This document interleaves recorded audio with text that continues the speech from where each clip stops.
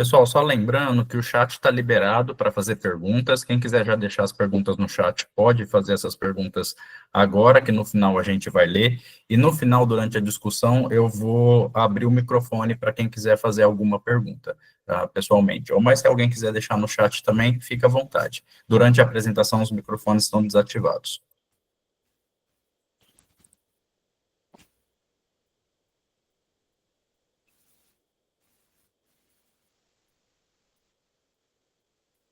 Todo mundo tá vendo a minha apresentação? Tá claro? Estão me Tá, ouvindo? tá claro. Então, só para iniciar, como o Danilo já fez a introdução, eu estou atualmente aqui na Universidade de Santa Catarina, mas eu iniciei os trabalhos com infecções virais e imunidade inata aí na USP de Ribeirão Preto, então também fiquei super feliz de ver algumas carinhas conhecidas, inclusive de colaboradores de Ribeirão, tá? E nessa palestra de hoje, eu vou falar sobre inflamação das infecções virais respiratórias, que é o que eu tenho trabalhado, com foco em SARS-CoV-2, e vou tentar entrar um pouco em influenza, espero que eu tenha tempo suficiente para isso, certo? Vou dar uma breve introdução sobre inflamações para as pessoas que não trabalham e não sabem o que são os inflamações. Os inflamações são complexos multiproteicos formados no citoplasma de células do sistema imuninato em resposta a sinais de perigo, tá? Como DAMPs ou uma infecção. Então, aqui a gente tem essa estrutura do inflamassoma, tá? Uma vez que ele está ativado nas células do hospedeiro, ele forma essa estrutura que é um agregado de proteínas no citosol, tá? E para que o inflamassoma seja ativado, são necessários dois sinais. Um primeiro sinal, que nada mais é do que o reconhecimento de PAMPs ou de citocinas inflamatórias, como o TNF, através de receptores de superfície celular. Esse reconhecimento é essencial para que haja a transcrição de genes do inflamassoma via NF-κB, tá? Então, com esse primeiro sinal, a gente tem a transcrição de PRO-IL1-beta, PRO-IL18 e NLRP3, que é um dos principais inflamassomas estudados até o momento, tá? Além desse primeiro sinal que a gente chama de priming da célula, é necessário um segundo sinal, que é um sinal de dano, tá? Que pode vir tanto de DAMPs, como também de alguns PAMPs encontrados no citosol. Por exemplo, efluxo de potássio, cálcio, cristais de ácido úrico, espécies reativas de oxigênio são capazes de ativar os inflamassomas, especialmente o inflamassoma de NLRP3 no citosol das células do hospedeiro, certo?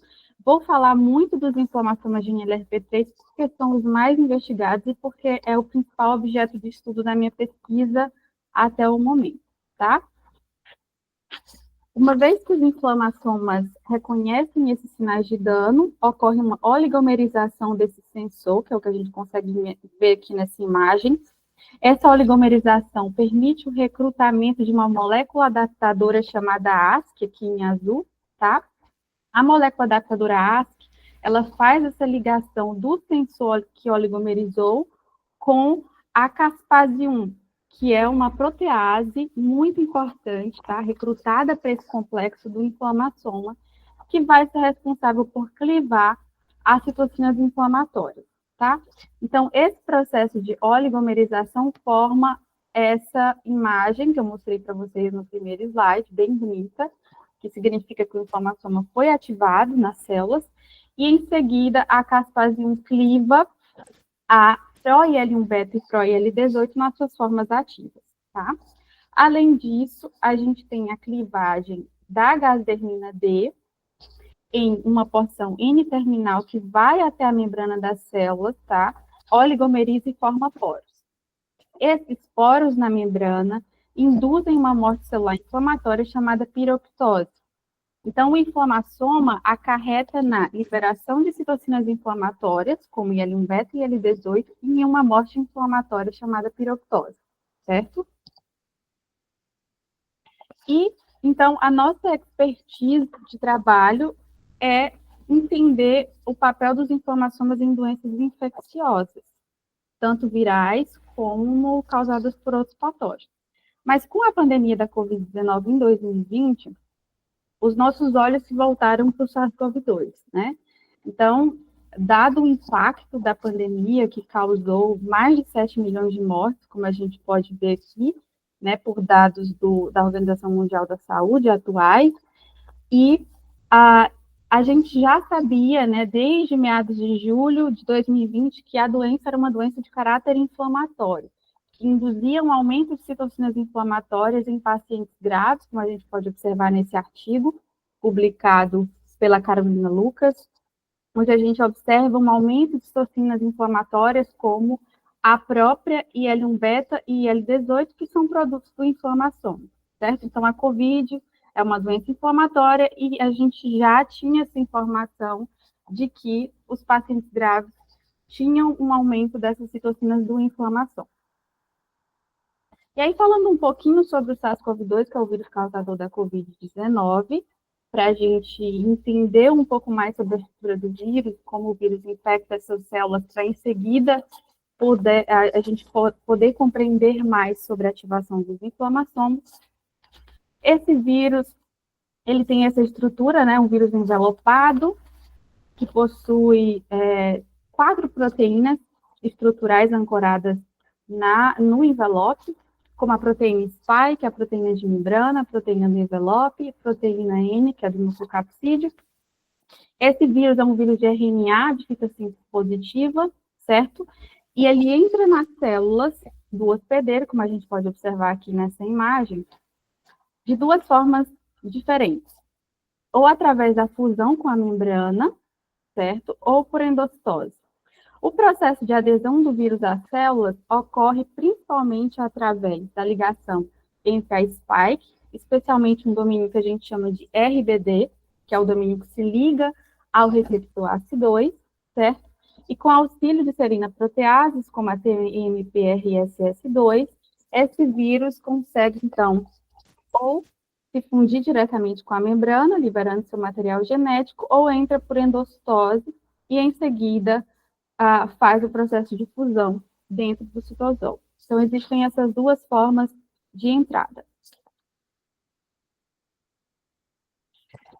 E, apesar, né, do desenvolvimento de vacinas, do processo de vacinação dos últimos anos, a COVID ainda tem ocasionado um grande número de hospitalizações, como a gente pode observar nesse gráfico do CDC, tá?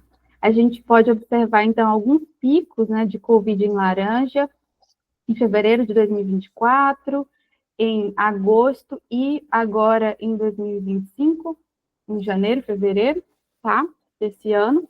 E além da COVID, outros vírus respiratórios também têm sido causa de doença respiratória viral grave, como a influenza, também em fevereiro de 2024, e em fevereiro desse ano a gente teve também um pico, né, de hospitalizações por influenza, e também pelo vírus sincicial respiratório, aqui em roxo, tá? Embora esses 3 vírus tenham sido as principais causas de doença respiratória viral grave e hospitalizações em pacientes, a mortalidade, ela acontece principalmente por infecções ocasionadas por influenza e SARS-CoV-2, como a gente pode observar nesse gráfico, tá? Então, só mostrando como o SARS-CoV-2 continua sendo um vírus relevante, apesar da vacinação, e que o vírus influenza também continua, né, com esse impacto e sendo um dos principais causadores de mortalidade nos pacientes infectados, certo? Então, com essa breve introdução, o que eu posso dizer é que, nos últimos anos, o meu foco de estudo é essa interface entre vírus e inflamações, especialmente vírus respiratórios, né, de RNA, como SARS-CoV-2 e influenza, que podem modular o inflamassoma, e essa modulação do inflamassoma, de alguma forma, afeta o desenvolvimento de doença. Então, esse é o meu foco de estudo nos últimos anos. Então, com a pandemia em 2020, nós estabelecemos algumas colaborações em Ribeirão Preto. Fico feliz que eu vi algumas pessoas assistindo essa palestra, né, alguns colaboradores, inclusive, Então, a gente firmou essa colaboração com o Hospital das Clínicas de Ribeirão Preto, com a patologia e com o pessoal da biologia, tá? Com o professor Carluda, o professor Ronaldo, e nós pudemos, então, ter acesso a amostras de pacientes que foram a óbito com Covid, e observamos que no pulmão desses pacientes que foram a óbito, houve uma maior expressão do inflamassoma de NLRP3, tá? Em monócitos infectados com SARS-CoV-2. Além disso, nós observamos através de uma imunofluorescência a formação de puncta, tá?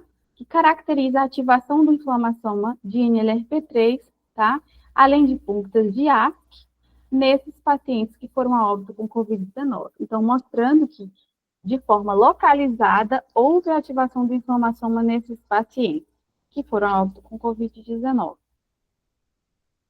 No entanto, nós ainda gostaríamos de entender se essa ativação era localizada ou se ela poderia ser sistêmica e acontecer nas células circulantes do sangue dos pacientes moderados e graves que estavam internalizados no Hospital das Clínicas de Ribeirão Preto em 2020.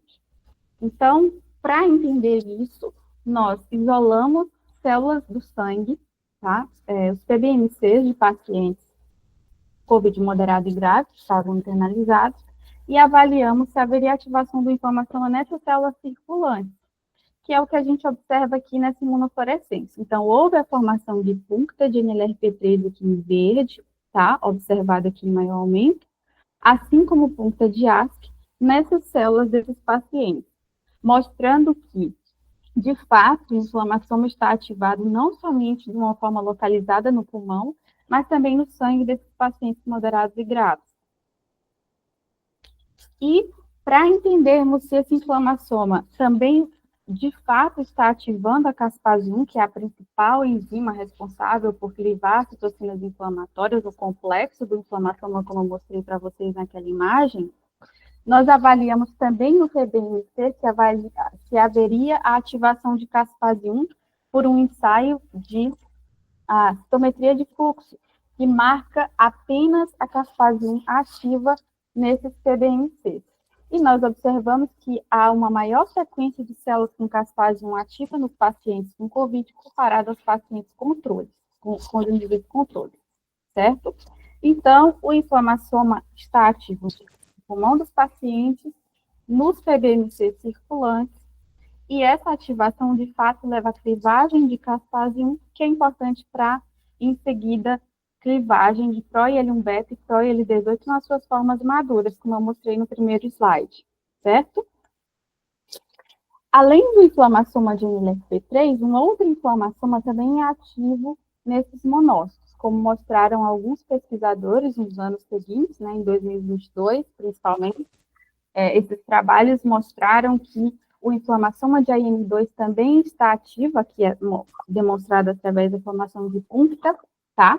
E colocaliza, inclusive, com inflamação de NLRP3. Então, foi uma surpresa para nós saber que o inflamassoma de IM2 também estaria sendo ativado nesses monócitos circulantes de pacientes com COVID, tá?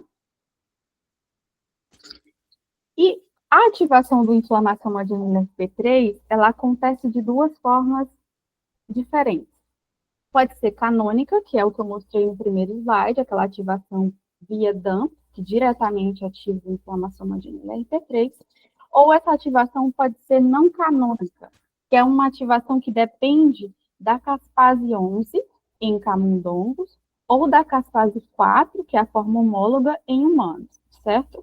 Então, essa ativação de NLRP3 indireta, via caspase 11 ou caspase 4, é a ativação que a gente chama de não canônica.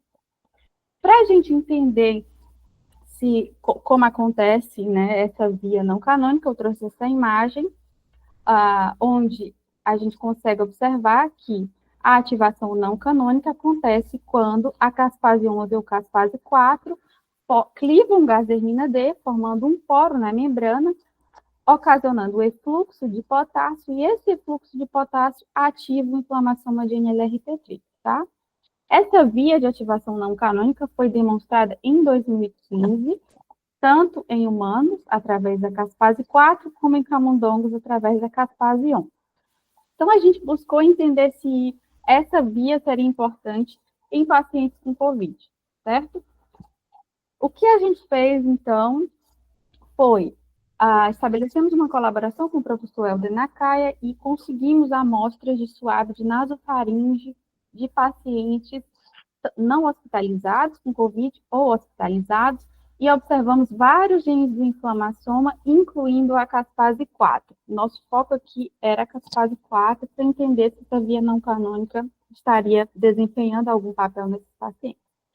E o que nós observamos foi que, além de vários outros genes de inflamação, a caspase 4 também estava regulada positivamente e se correlacionou com a expressão de caspase 1 e de inelium beta nesses pacientes, independente do grupo em que eles se encontravam, certo?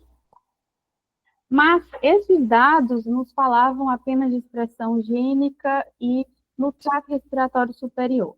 Então, a gente quis, em seguida, avaliar o pulmão dos pacientes com relação à expressão e ativação de caspase 4, e nós observamos por imunohistoquímica, tá, utilizando autópsias de pulmão de pacientes que foram a óbito, que, de fato, houve uma expressão maior de caspase 4, que se correlaciona com essa ativação de caspase 1 e a presença viral, tá?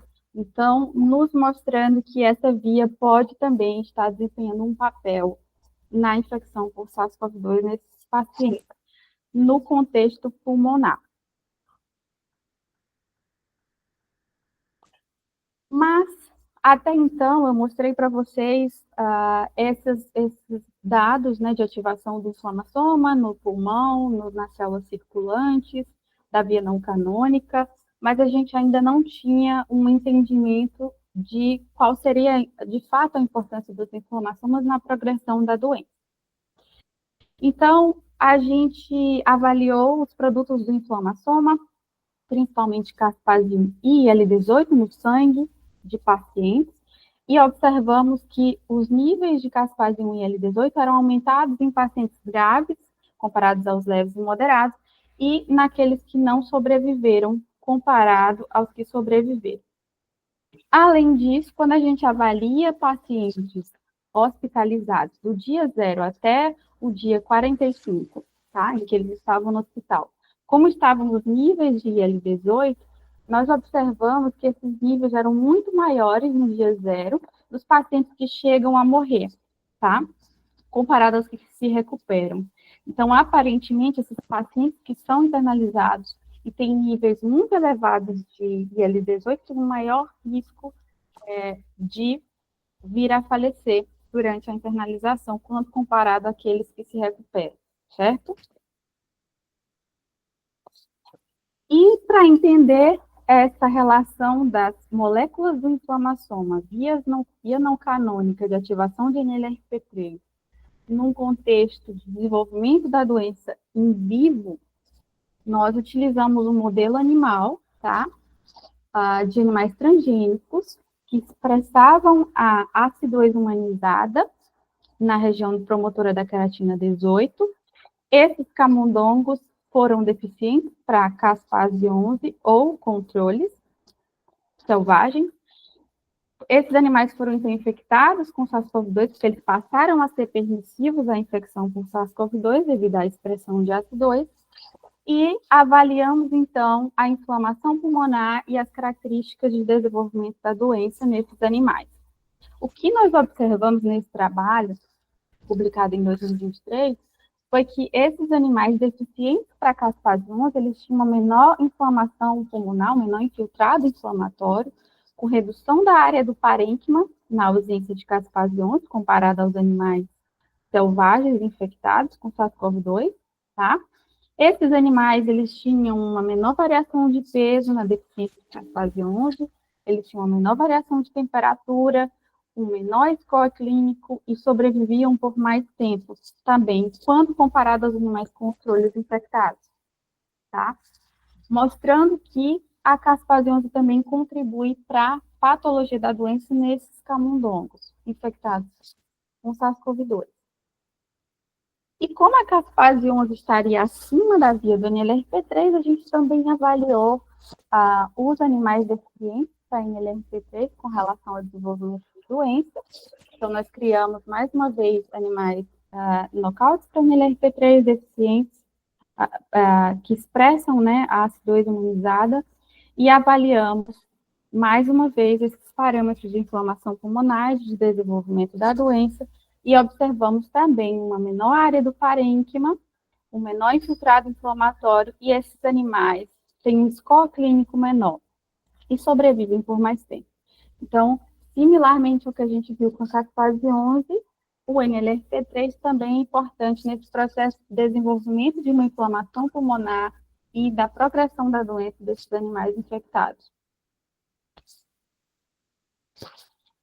Outros trabalhos mostraram resultados muito semelhantes ao que a gente demonstrou. Então, alguns pesquisadores de trabalhos publicados em 2023, 2022, mostraram que inibidores de caspase 1 e NLRP3 também são capazes de reduzir a inflamação pulmonar em camundongos infectados com SARS-CoV-2, tá?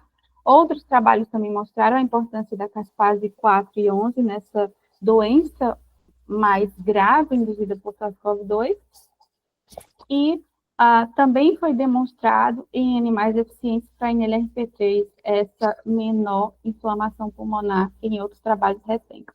Então, só para mostrar que esses trabalhos corroboraram com os nossos dados publicados com relação à importância da inflamação e da via não canônica nesse processo de progressão da doença. E com relação à carga viral, o que nós observamos foi que na ausência de caspase 11, esses animais, eles tinham uma redução da carga viral, tá, no pulmão, 5 dias depois da infecção, e outros trabalhos mostraram também uma redução da carga viral no pulmão e na cavidade nasal nos animais deficientes para NLRP3. Os mecanismos que explicam como o inflamassoma pode afetar a replicação viral ainda não são compreendidos. Então, até agora eu mostrei para vocês que o inflamassoma é ativo em pacientes, tanto no pulmão como nos PDMCs, e existe um impacto do inflamassoma na indução, né, da progressão da doença em camundongos, em modelo in vivo, como a gente mostrou, utilizando animais transgênicos deficientes para os componentes do inflamassoma, mas aí, em seguida, a gente queria entender mais os mecanismos moleculares nesse processo de ativação do inflamassoma, especialmente o de NLRP3, com relação a essa resposta à infecção por SARS-CoV-2. Nós realizamos, então, alguns experimentos in vitro, utilizando monócitos humanos inicialmente infectados com SARS-CoV-2, e nós avaliamos que esses monócitos ativariam a inflamação uma vez infectados. E o que nós observamos é que a presença do SARS-CoV-2 foi capaz de induzir punctos de NLRP3, observado aqui em verde, tá? E aqui em maior aumento. Observamos que a infecção aumenta a caspase liberada pelas células infectadas, tá? Esse processo é dependente de vírus viável, porque o vírus inativado não é capaz de induzir a ativação de caspase 1, certo?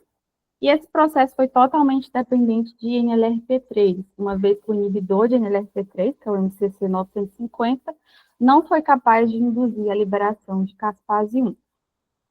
Os níveis de L1-beta também são aumentados com a infecção, dependente de vírus viável, e quando nós quantificamos a formação de punctas de NLRP3, podemos observar que o vírus viável também foi capaz de induzir uma maior frequência de células com punctas de NLRP3, certo? Então, mostrando que em monócitos infectados in vitro com SARS-CoV-2, existe a ativação da inflamação de NLRP3 consequentemente com a liberação de L1-beta. E esse processo de ativação do inflamassoma parece ser também dependente da forma como o vírus entra nessa célula, tá? Então, no ano passado, foi publicado esse trabalho, que utilizei células THP1, certo? Que são monócitos humanos, que podem ser diferenciados em macrófagos in vitro. Essas células foram, então, infectadas com SARS-CoV-2 em algumas condições tratadas com citocalazina ou dinasfor. A ideia aqui é tentar inibir as vias de actina com a citocalazina ou a via de entrada por clatrinas e dependente de dinamina, que seria utilizando o dinasfor. E o que eles observaram é que houve uma diferença significativa quando eles trataram com dinasfor e infectaram essas células THP1. Então, aqui eles mostram que esse processo de ativação do inflamassoma nessas células THP1 é dependente de dinamina, muito provavelmente acontecendo, então, uma endocitose mediada por clatrina, para que ocorra em seguida essa ativação do inflamassoma e secreção de IL-18 e IL-1-beta. Esse processo não foi dependente de polarização de actina, certo? Então, aqui, nesse trabalho, eles tentaram mostrar como que a entrada do vírus, né, via endocitose, pode ser importante no processo de ativação do inflamassoma nessas células THP1. E quando a gente pensa em modulação do inflamassoma por proteínas do SARS-CoV-2, existem vários trabalhos que tentam entender como o vírus modula, certo? Por exemplo, a proteína do núcleo capsídeo, proteína N, ela é uma proteína que é capaz de ativar um inflamassoma, de NLRP3 especificamente, tá? Então, esse trabalho foi publicado, acredito que em 2021, mostrando a importância dessa proteína no processo de ativação. Outros trabalhos mostraram, por exemplo, que as viroporinas, que são codificadas pela OR3A, podem também ativar a inflamassoma de NLRP3 através de uma disfunção mitocondrial que gera um estresse oxidativo, certo? Por outro lado, tem outros trabalhos que mostram proteínas virais que modulam negativamente o inflamassoma. Por exemplo, esse trabalho mostra que a proteína N também pode inibir a clivagem da gazermina D, que é aquela molécula que causa a piroptose, certo? Então, aí nesse ponto, a gente teria a ativação inicial do inflamassoma, a oligomerização, mas não haveria a clivagem de gazermina D por conta dessa proteína, certo? Isso é algo possível de acontecer em infecções pelo SARS-CoV-2. E outros trabalhos mostram que a proteína do envelope, em determinadas situações, ela pode inibir a transcrição gênica. Se ela inibe a transcrição gênica, ela inibe o primeiro sinal necessário, né, para indução das proteínas do inflamassoma, como a PRO e L1-beta. Então, existem vários trabalhos que tentam entender como que essas proteínas virais modulam o inflamassoma. Certo?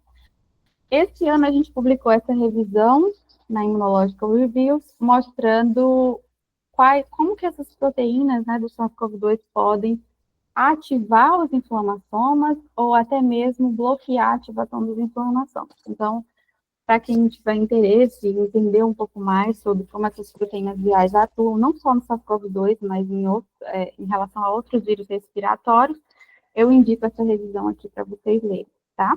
Então, aqui só mostrando mais uma vez que vários inflamassomas são ativados, tá? A gente tem como foco principalmente o NLRP3, mas já existem trabalhos que mostram que o SARS-CoV-2 ativa também o NLRP4, NLRP1, inflamassoma de CARD8 e a M2, certo?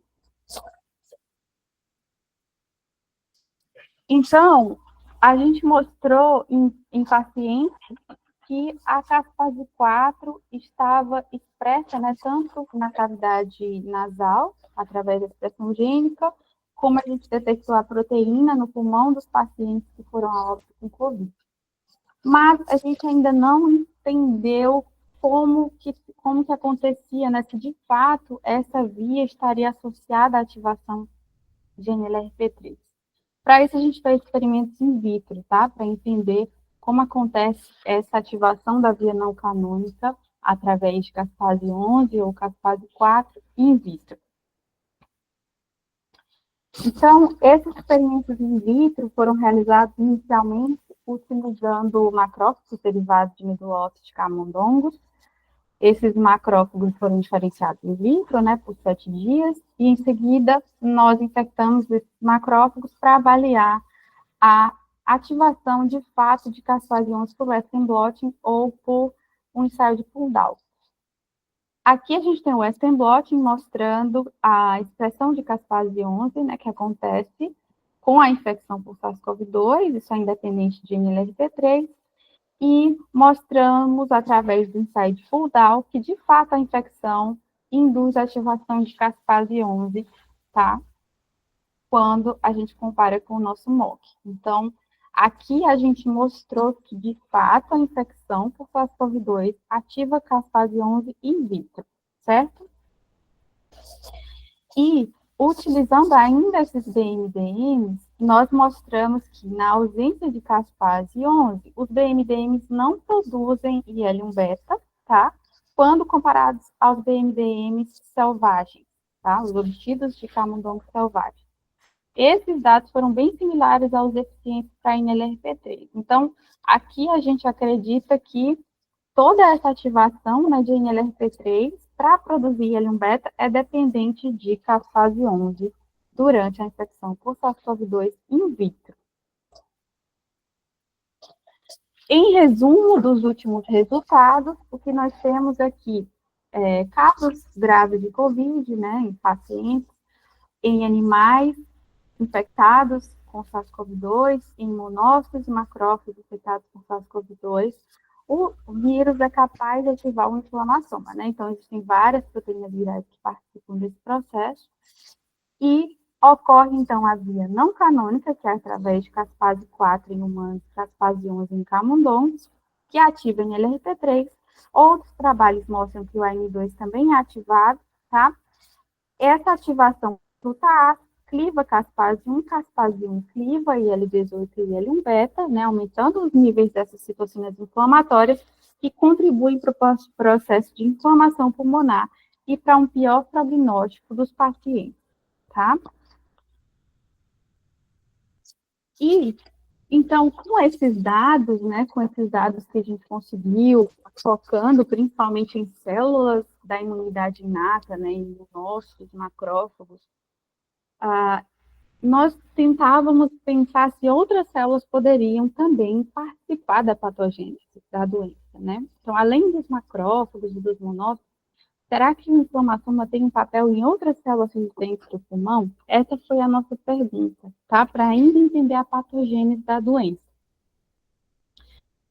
E já se sabia que o inflamassoma de NLRP1, que é um inflamassoma que eu não falei para vocês, ele seria ativado num contexto de células epiteliais humanas, tá? Então, aqui a gente sai do monócito do macrófago, vai para um outro subtipo celular, que é uma célula epitelial, e a gente sabia que essas células tinham, então, ativação do NLRP1 quando elas estavam infectadas com SARS-CoV-2, tá? Nesse caso, quem ativa o NLRP1 é uma protease do SARS-CoV-2 que se chama 3CL, tá? Ou NSP5.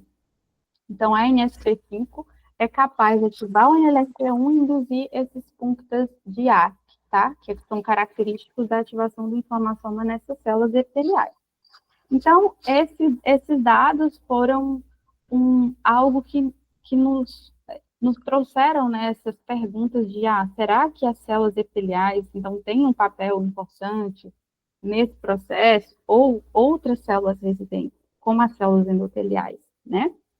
Então, a gente focou aqui, em seguida, em observar novamente nossas amostras de pulmão, tá, dos pacientes, e tentar entender se haveria ativação da inflamação em mais de um subtipo celular, não somente os macrófagos, mas também células endoteliais e células epiteliais.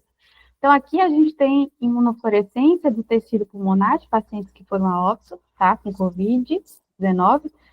Nós observamos a presença de punctas em macrófagos, como já esperado, né, punctas de ASP, punctas de NLRP3 e macrófagos residentes, e também observamos esses punctas em células endoteliais, tá, puncta de ASC e puncta de NLRP3, assim como em células epiteliais, chamadas pneumócitos do tipo 2, tá? Então, a gente também viu a ativação do inflamassoma nessa célula.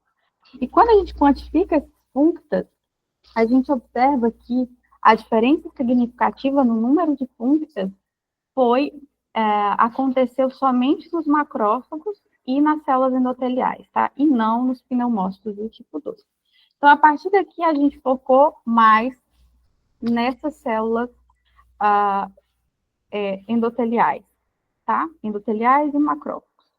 Para ter certeza que, de fato, não haveria ativação do inflamassoma nessas células epiteliais, tá? Que são os pneumócitos tipo 2, nós também avaliamos em vivo, tá? Utilizando animais transgênicos, nós infectamos esses animais e observamos se haveria puncta de NLRP3 nos pneumócitos. Então, nos pneumócitos, a gente viu que não há puncta de NLRP3 nos pneumócitos de animais infectados. Então, de fato, essa célula não parece ser uma célula importante no contexto de ativação da inflamação. Então, a gente excluiu as células epiteliais e fomos, em seguida, avaliar as células endoteliais. Observamos, então, a presença de puncta de NLRP3 tá, nas células endoteliais desses animais infectados com SARS-CoV-2. E quando nós quantificamos esses punctas, nós vimos um aumento, tá? Principalmente com 3 dias pós-infecção, o que não acontece aqui nos animais nocáuticos da NLRP3, certo? Então, em seguida, a gente foi avaliar in vitro se haveria ativação do inflamassoma nas células endoteliais, chamadas UVEC, tá? Uma célula de linhagem. Essas células foram infectadas e nós observamos que essa infecção foi capaz de ativar o inflamassoma de NLRP3, né, através da formação de puncta, e também houve uma maior frequência de células com puncta de AST, tá? Essas células infectadas também foram capazes de aumentar a transcrição gênica de IL-1-beta e IL-18, que são as duas citocinas do inflamassoma. Então, aqui a gente mostrou in vivo e in vitro que o inflamassoma é ativado nas células endoteliais infectadas por SARS-CoV-2. Certo? E para tentar entender um pouco mais sobre a importância do inflamassoma nessas células, a gente implementou um novo modelo, tá? Utilizando um beta-coronavírus murino, que é chamado de MHVA59, que foi feito pela professora Vivian. Esse MHV, ele nos possibilitava utilizar uma maior quantidade de animais deficientes por inflamação, para a gente entender de fato o que estava acontecendo, tá? Durante a patogênese da doença.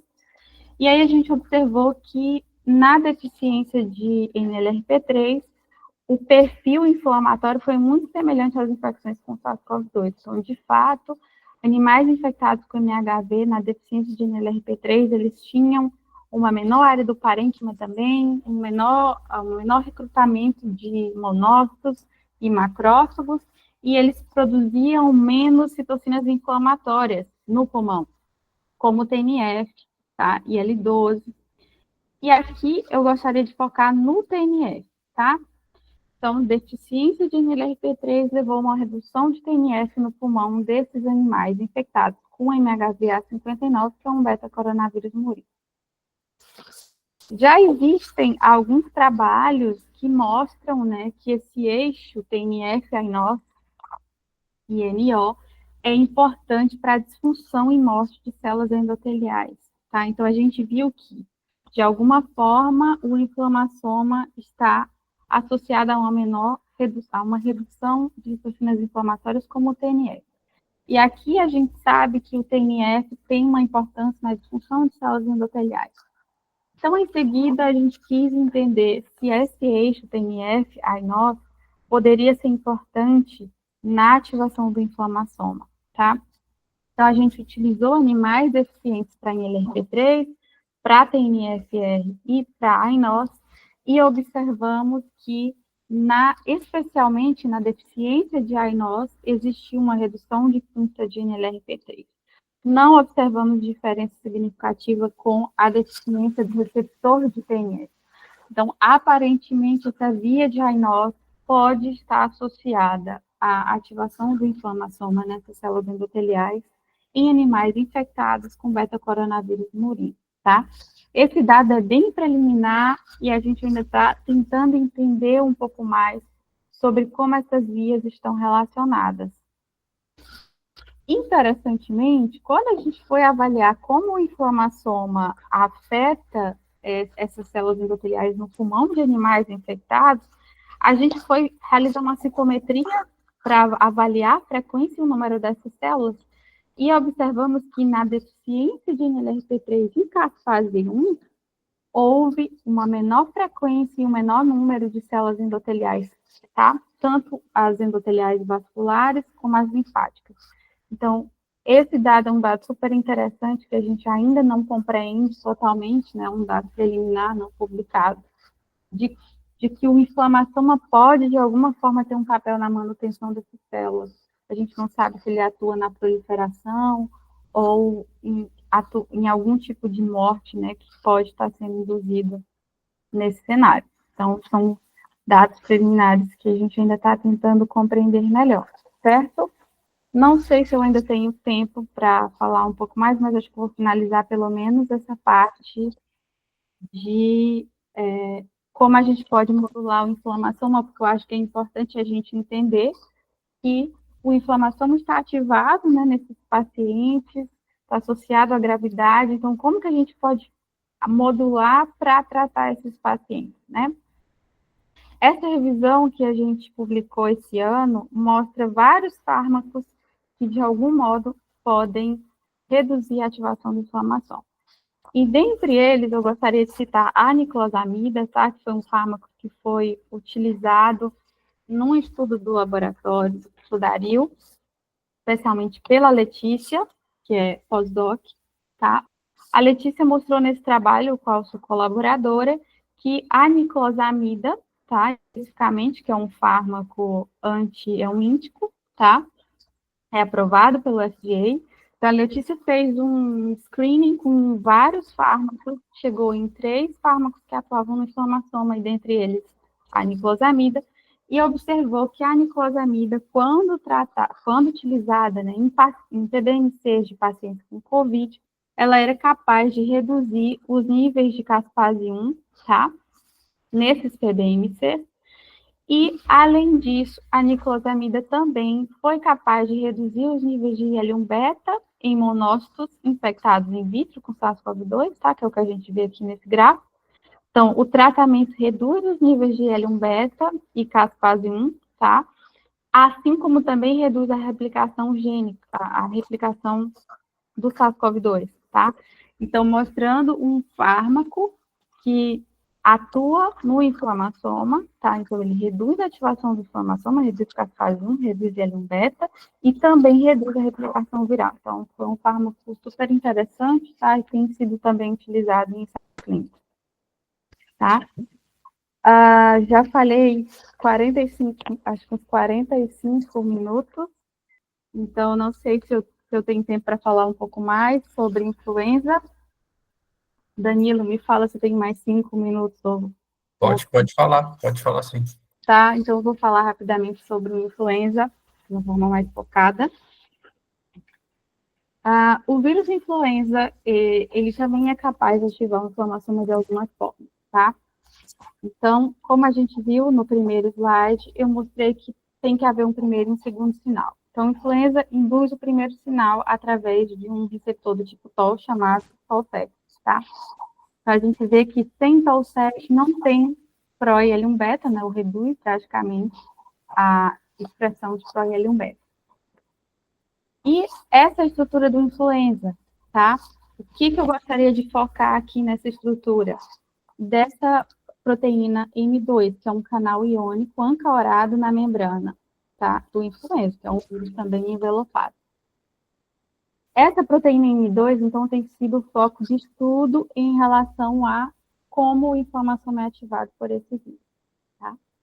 Esse trabalho, tá? Que é o trabalho da Akiko, do grupo da Akiko, mostrou que com a deleção do M2, desse canal iônico, praticamente a gente não tem IL-1 beta, tá, sendo produzido quando as células são infectadas por esse vírus, E esse processo também foi demonstrado, né, que esse processo de ativação do inflamassoma pela proteína M2 é por uma questão de alteração de pH no Golgi, tá? Eles utilizaram monazina para mimetizar essa função do canal iônico M2, tá? E jogar íons H+, do Golgi, e observaram que, de fato, quando eles utilizam monazina, eles têm um aumento da secreção de IL-1-beta. Então, aparentemente, essa alteração do pH no Golgi é suficiente para ativar o inflamassoma nesse cenário, tá? E, embora muitos trabalhos mostrem que o inflamassoma é ativado pelo influenza, existem proteínas virais que bloqueiam o inflamassoma, como a proteína NS1, tá? Então, tem vários trabalhos que mostram que a NS1 é capaz de bloquear a inflamação de NS3 e a secreção de L1-beta. Isso foi mostrado em H1N1, foi mostrado no H1N1 pandêmico, tá? Em vários outros vírus de influenza. E a gente também tem trabalhos mostrando outras proteínas do influenza que ativam o NLRP3, tá? Então, a gente viu que algumas inibem, outras ativam. Então, essa proteína acessória, chamada de PB1F2, ela é uma das principais proteínas que conferem virulência, né, ao influenza, e é capaz de ativar a inflamação de NLRP3, tá? Então, tem trabalhos que mostram que essa proteína ativa o inflamassoma e isso contribui, então, para a patofisiologia da doença, tá? Isso foi demonstrado tanto para o H1N1 como para vírus influenza aviário, que é o H7N9, tá? Então, mostrando que esse peptídeo ativa o inflamassoma e aumenta, então, a patogênese da doença. E o que foi demonstrado também é que, na ausência do NLRP3, tá, animais infectados com o vírus da influenza aviária, que é o H7N9, eles sobrevivem mais. Então, mostrando que o inflamassoma é ruim na infecção com o vírus de influenza aviária, contribui para a mortalidade, tá? O mesmo foi observado na ausência de caspase 11, e esses camundongos deficientes para inflamação, eles também têm uma menor perda de peso, tá? E esse processo de ativação do inflamassoma pelo influenza H5N1, que é um que a gente está ouvindo o tempo inteiro agora, né, com esses casos de influenza aviária, é que esse processo de ativação do inflamassoma pelo H5N1 depende de uma proteína chamada galactina 3, tá? Então, a galactina 3 é importante para a ativação do inflamassoma e, consequentemente, para a produção de IL-1-beta no processo de infecção pelo H5N1. E o H5N1 também utiliza o inflamassoma para induzir a patogênese da doença, tá? O inflamassoma de IM2, que é o último que eu vou falar aqui, também é ativado por infecção por influenza, principalmente porque o influenza induz, de alguma forma, tá, DNA oxidado. E é esse DNA que ativa o inflamassoma de IM2, tá? A produção de L1-beta, ela, então, é dependente de AM2 em macrófagos infectados com influenza in vitro, tá? Então, mostrando que não só o inflamassoma de NLRP3, mas o de AM2 também tem uma importância na infecção por influenza. E esse é um dado bem preliminar que a gente fez no laboratório do professor Dario, com animais deficientes para AM2, mostrando que o AM2 é importante, né, para essa variação de peso. Então, animais deficientes para AM2, eles perdem menos peso e sobrevivem mais quando infectados com influenza H1N1 cepa Califórnia 09, tá? Então, mostrando que o AM2 é importante para o desenvolvimento da doença nesses animais infectados e outros trabalhos, né, mostraram também que o AM2 contribui para essa inflamação pulmonar. Então, sem AM2, a gente tem uma menor inflamação no pulmão dos animais infectados, tá?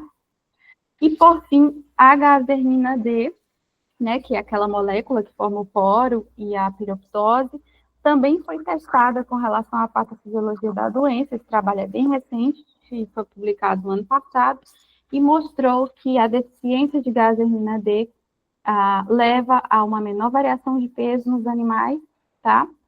Esses animais sobrevivem mais também. Não há diferença na replicação viral.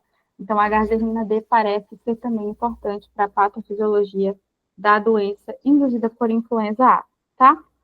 Então, em resumo de tudo isso que eu falei muito, os vírus respiratórios, como o beta-coronavírus, né? Aqui eu mostrei o SARS-CoV-2, principalmente em humanos, o MHV, que é um beta-coronavírus no murino utilizado como modelo experimental, e o influenza podem, então, infectar, né, células aqui no pulmão, podem ser desde macrófagos, monócitos ou células residentes, né, como as células endoteliais. Esse processo leva à ativação do inflamassoma, tá? Pela via não canônica, como a gente viu em relação ao SARS-CoV-2, tá? Ativando a ILRP3, ativando também a IL-2 e induzindo citocinas IL-1 beta e IL-18, tá? Em células endoteliais também ocorre a ativação do inflamassoma de ILRP3, como a gente viu, e todo esse processo em conjunto contribui para a inflamação pulmonar e patogênese dessas doenças, tá? O que a gente propõe aqui nos nossos estudos? Que alguns fármacos possam ter uma função tanto na replicação viral, que é o caso da niclosamida, né, como no processo inflamatório, inibindo diretamente o inflamassoma e essa cascata, né, que induz várias toxinas inflamatórias, que pode aumentar esse tempo de internalização dos pacientes, né? Então, com essa inflamação pulmonar exacerbada. Então, é isso que eu tinha para falar para vocês. Agradeço a todos os colaboradores de Ribeirão Preto, a professor Dario Zamboni, com quem eu trabalhei nos últimos anos, e todos os colaboradores, né, são muitos, tanto do HC, também da UFMG, enfim, a todos vocês pela atenção, e atualmente estou aqui na UFSC, né, então, qualquer dúvida, esse é o meu e-mail, fico disponível para responder as perguntas. Perfeito, professora Tamara, muito obrigado pela apresentação, foi muito boa. Pessoal, eu ativei o microfone, quem quiser fazer alguma pergunta, microfone e vídeo estão ativados. Alguém tem alguma pergunta sobre a palestra da professora Tamara? Se ninguém tiver, eu tenho algumas.